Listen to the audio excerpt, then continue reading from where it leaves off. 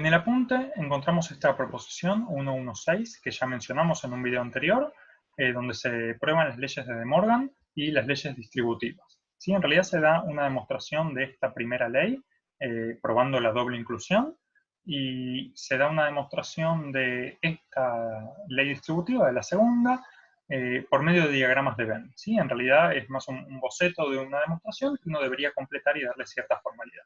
Bueno, lo que queremos hacer en este video es hablar sobre la primera de estas leyes, ¿sí? Concretamente vamos a dar una demostración de esta igualdad que está acá, ¿sí? Entonces ya vimos en otro video anterior, vimos cómo probar una igualdad de conjuntos, en el video que hablamos de la diferencia simétrica, y lo que vamos a hacer es un poco repetir esa idea, ¿sí? Entonces vamos a tratar de probar la primera inclusión, es decir, vamos a tomar un elementito arbitrario en el conjunto de la izquierda, y vamos a probar por medio de implicaciones que está en el conjunto de la derecha. Entonces tomamos un elementito X que está en A, intersección B unión C. ¿Qué quiere decir que este elemento esté en la intersección? Bueno, es que está en los dos conjuntos. Es decir, X está en A y también tenemos que X está en B unión C. ¿Sí? Pero bueno, ¿qué quiere decir que este elemento esté en la unión? Por un lado, X ya sabemos que está en A, y que X esté en la unión es exactamente decir que X está en alguno de los dos conjuntos. ¿Bien?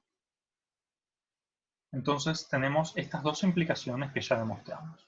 Pero bueno, si X nosotros sabemos que necesariamente está en A y además está en alguno de estos dos conjuntos, entonces lo que tenemos es que X seguro está en A, ¿está bien? Y quizás está en B. O tal vez lo que tenemos es que X está en A, porque eso vale siempre, y quizás X está en C. ¿Está bien? Entonces, si vale esto y esto de acá, entonces tiene que valer alguna de estas dos cosas. X está en A y en B, o bien X está en A y en C. Pero bueno, ¿qué quiere decir que X esté simultáneamente en A y en B? Es exactamente lo mismo que decir que X está en la intersección. ¿Sí? Y que X esté en A y C es equivalente a decir que X está en la intersección de A y C.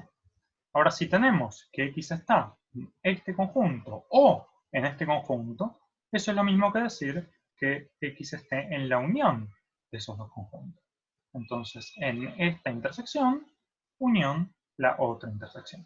¿Sí?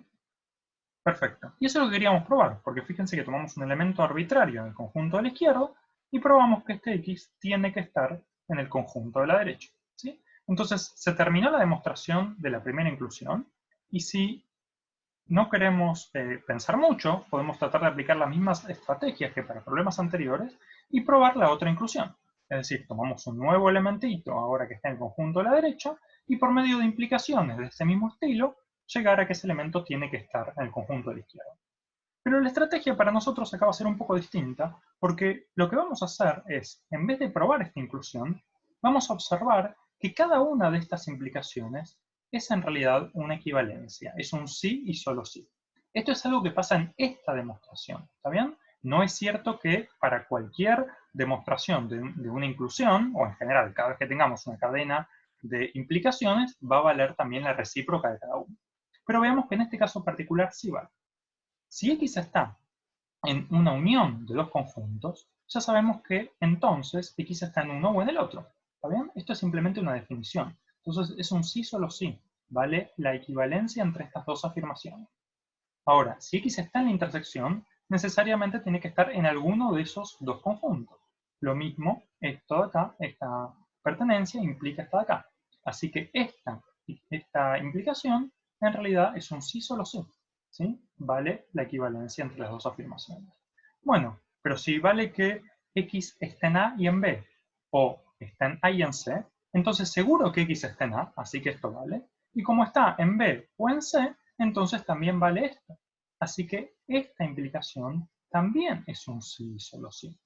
Bueno, lo mismo pasa con esta implicación de acá, porque si X está en dos conjuntos, entonces, si X está en B o en C, entonces tiene que estar en la unión. Y ahora sí, si X está en dos conjuntos, entonces tiene que estar en la intersección. Así que lo que hicimos fue probar que en realidad todas estas implicaciones son equivalencias. Entonces probamos que un elemento arbitrario está en el conjunto de la izquierda si y solo si está en el conjunto de la derecha. ¿Sí? Entonces esto ya demuestra la doble inclusión, demuestra la igualdad porque un elemento arbitrario está acá, si solo si está allá.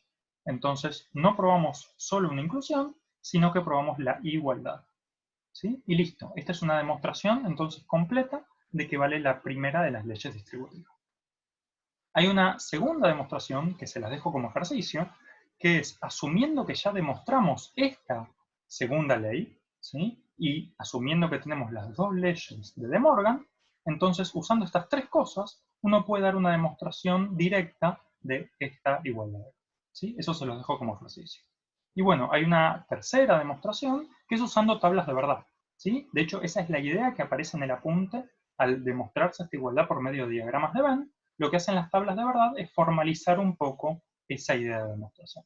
¿Está bien? Bueno, eso lo vamos a estudiar en la sección 1.1.3 que viene a continuación. ¿Está bien? Bueno, eso es todo.